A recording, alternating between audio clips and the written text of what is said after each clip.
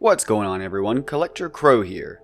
So this seems to be a week for manga licensing announcements. 7 Seas had another one of its big week of announcements where it's announcing 25, 30, something around there, number of manga that it's licensing. And Kodansha also announced a bunch of manga that it has licensed for print and digital release as well. So there's also a few digital only titles that Kodansha announced a little while ago.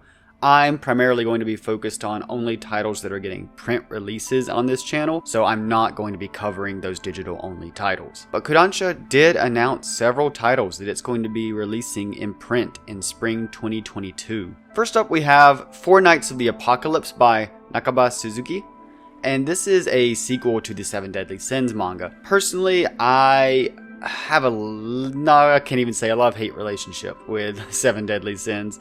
It to me is a very flawed series. It's more just popcorn entertainment in my opinion. I've really only had experience with the anime though. I do want to get through the manga at some point, and I'm sure that eventually I will end up picking this up. I don't know how much it actually ties into the Seven Deadly Sins storyline or if it's just set in the world. But it's still a pretty well-known release that's coming out, so I know a lot of people are going to be excited for Four Knights of the Apocalypse. Next up, we have Island in a Puddle by Sanbe, the creator of Erased, and I will definitely be picking this up. It sounds like another strange supernatural mystery type series in the same kind of vein as Erased. So this is one that I'm definitely going to be excited to pick up when it actually does come out, because I did like Erased. I had a little bit of trouble with the ending, but overall I still really enjoyed the series. Again, speaking about the anime, but I'm sure the manga is really good too. It's actually one that I have on my list that I need to read. Then we have A Galaxy Next Door by Gido Amagakura. I hope I'm saying that correctly. It seems to be about a manga artist who is struggling and then gets a new assistant who might seem to have some sort of extraterrestrial background. I don't know that much about it, but it is by the creator of Sweetness and Lightning, a series which I have not yet finished, but I truly loved what I read of it. It was about a teacher and his daughter connecting with one of his students who they kind of all together through cooking find what's missing in their lives. And it's just a really sweet, feel-good story. So I'm sure A Galaxy Next Door is also going to have a lot of that feel-good wholesomeness to it. So this is another series that I am actually going to be looking forward to picking up. And I don't know why the quality of this image is so much lower than the others, but we have Phantom of the Idol by Hijiki Isoflavone with a question mark. So it's about a male idol who gets put back on the right track by a really happy-go-lucky poltergeist, apparently. Apparently the poltergeist, according to the description, was someone who wanted to be able to perform but never really could. So I'm guessing she's going to push this guy to get back into a path of positivity and just help him find his roots again. So this really isn't probably something that I'm going to pick up, though it does have a really interesting premise, it sounds like. So I'm going to leave this on the back burner, maybe if I'm ever looking for something to pick up, but it's not going to be on the top of my radar. But what is on the top of my radar is Wandance, or Wanda Ants. I'm not sure how it's actually supposed to be said, because the character's name is Wanda, but I know this was a big manga that's been talked about for a while. The creators actually teased a couple months back that it got licensed for English. It's a series about dancing, two characters who they help each other grow through their mutual support of each other. So this is definitely, for me, one of the most exciting announcements, because I know this is a really well-revered manga. And I'm sure that if you like those types of series that they take a hobby or a sport and people just learn to better themselves through not only healthy and sometimes unhealthy competition, but they just build their networks and become the better versions of themselves. If you like those types of stories, as the description here says, like Blue Period or Your Lie in April, then I'm sure you're going to really like this series. Then we have Welcome Back Alice by Shuzo Oshimi, the creator of stuff like Blood on the Tracks and Inside Marie. So they're not giving us a lot to go on here about this series with the description. All I really found by looking online and trying to avoid spoilers at the same time was that it's a fresh new puberty story that pokes fun at sex. I did seem to find where someone said something about maybe there's some tackling of gender issues, which I am definitely here for if that's the case. But frankly, I don't know what this manga is about. So definitely will give it a shot though because of Oshimi's track record.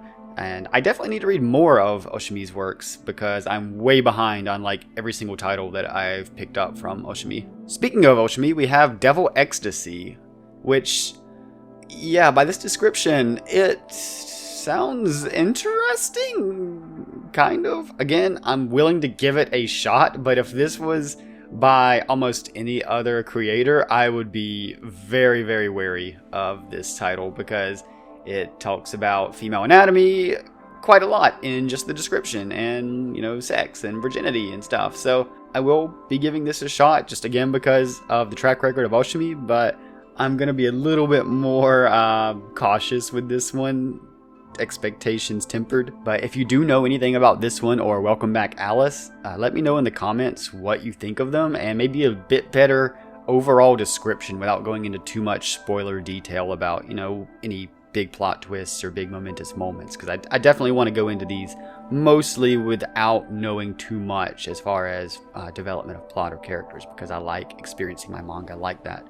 But I'd still like to know a little bit more about what these two are actually about.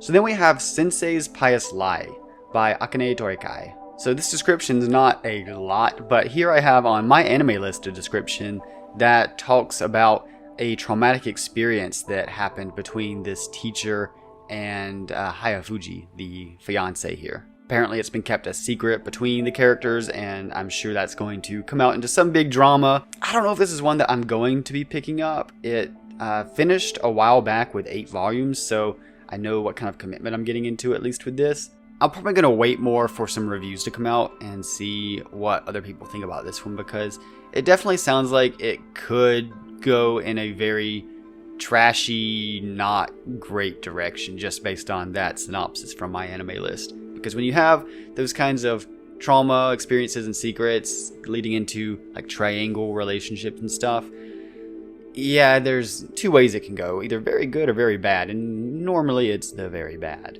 So next up we have Blackguard by Ryo Hanada. And so this is by the creator of Devil's Line, which I could never really get interested in. Just something about the art style turned me off of that. But this sounds kind of like a weird zombie-like story. I don't want to really say zombie because it sounds different, but it sounds like maybe something like Cabaneri of the Iron Fortress or Attack on Titan, where there's these monsters that are going after people, transforming them, and you of course have a person or possibly even a special unit that goes after these monsters and tries to protect people. Yeah, I'm not probably going to pick this one up, at least not off the bat, but I know Devil's Line, I think it's pretty popular among people, so I'm sure a lot of people are interested that this has actually been licensed. So now we have some Osamu Tezuka works, being Apollo's Song, Princess Night, and Ode to Kirihito.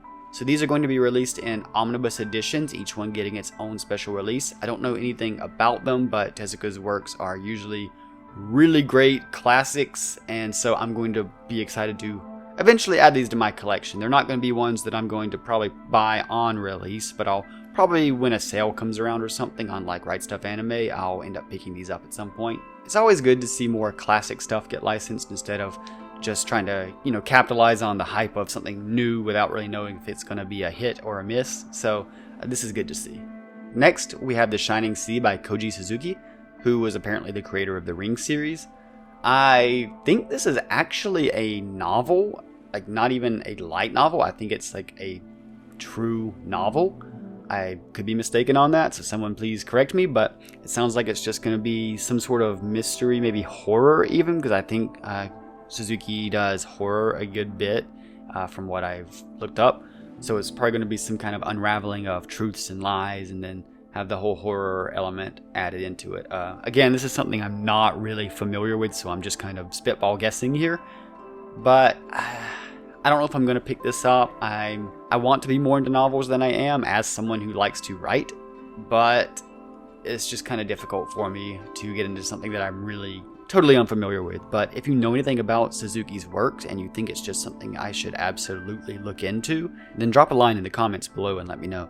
And now the last thing that Kodansha announced licensing for is AKIRA The Art of Wall, which I believe this is just an art book that's covering some different artworks by Otomo, and also I think it covers an exhibit that was actually put up in Japan and has it as a sort of collage or something in here. I don't really know too much about this either. It's just an art book from what I know, and me personally, I'm not too big on collecting art books unless it's for something like I extremely am interested in. I'm sure there's going to be some people who are happy about this, but for me, this is not something I'm really going to think too much about after this video. Alright, so that wraps up all of Kodansha's announcements. Do let me know in the comments below which of these you're most excited for, because I'm definitely going to pick up a few of these. I'm looking forward to a lot of them, and I'm sure there are some of them that I'm overlooking that maybe I should think more about getting into. Anyway, I'll have another video out pretty shortly on 7Cs, because they're finishing up their licensing announcements tonight, so look forward to that, and until next time, thanks for joining me.